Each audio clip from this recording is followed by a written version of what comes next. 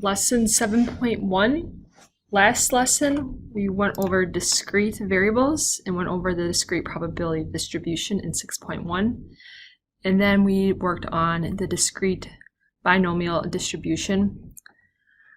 And that has two outcomes, success or failure.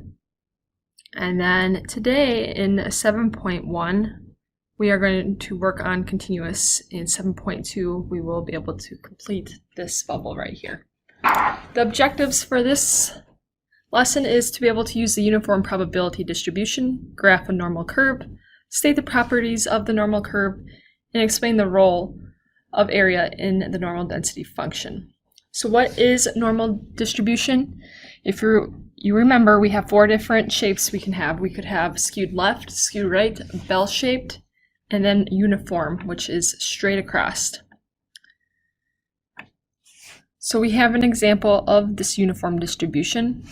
Let's assume that United Parcel Service is supposed to deliver a package to your front door, and their arrival time is somewhere between 10 a.m. and 11 a.m. Let the random variable x represent the time from 10 a.m. when the delivery is supposed to take place. The delivery could be at 10 a.m., x equaling 0, or at 11 a.m., x equaling 60. With all 1 minute intervals of time between x equaling 0 and x equaling 60 equally likely. That is to say, your package is just as likely to arrive between 10:15 and 10:16 as it is to arrive between 10:40 and 10:41. The random variable x can be any value in the interval from 0 to 60. That is, x is greater than or equal to 0 and less than or equal to 60. Because any two intervals of equal length between 0 and 60 inclusive are equally likely, the random variable x is said to follow a uniform probability distribution. Because an infinite number of outcomes are possible for continuous random variables, the probability of observing one particular value is 0. In the UPS example, the probability that the package arrives exactly at 12.9438823 minutes after 10 a.m. is 0. This result is based on classical probability. There is one way to observe 12.9438823, and there are infinite number of possible values between 0 and 60. To resolve this problem, we compute probabilities of continuous random variables over an interval of values. So discrete, we were able to do 0, 1, 2, 3, and on, but now for continuous, we have to do intervals. So the key portion here is the probabilities of continuous random variables over an interval of values. So for example, we might compute the probability that your package arrives between 10 and 15 minutes. So if we write that out, x is between 10 and 15 minutes. So if we look down here, what's the total amount of time we're looking at? 60 minutes. And then what's the time here for 10 to 15 minutes? That's a total of 5 minutes. That reduces to 1 over 12.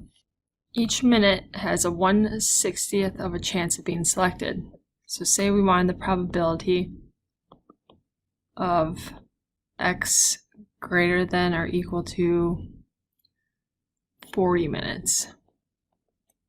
So how many minutes are above and beyond 40? We have 20 minutes left, right? Out of the total. So that'd be 1/3. So there are two properties that must be satisfied for a probability density function. The first one is that the total area must be equal to what?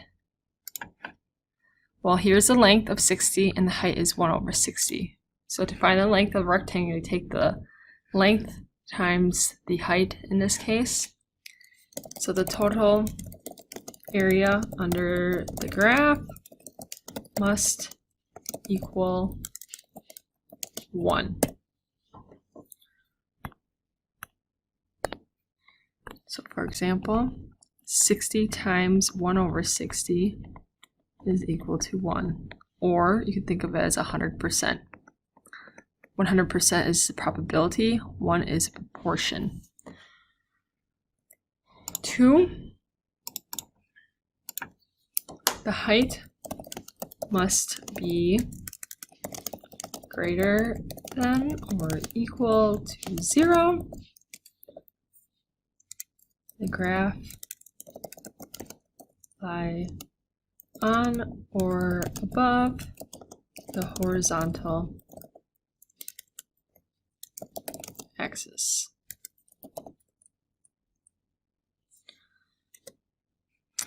All right. So if the possible values of a uniform density function goes from 0 to n, so 0 is here all the way to n instead of 60, what is the height? So this is n. Instead of 60, this is n. So just replace 60 with n. So 1 over n. So say you had 120 minutes, it'd be 1 over 120 would be your height.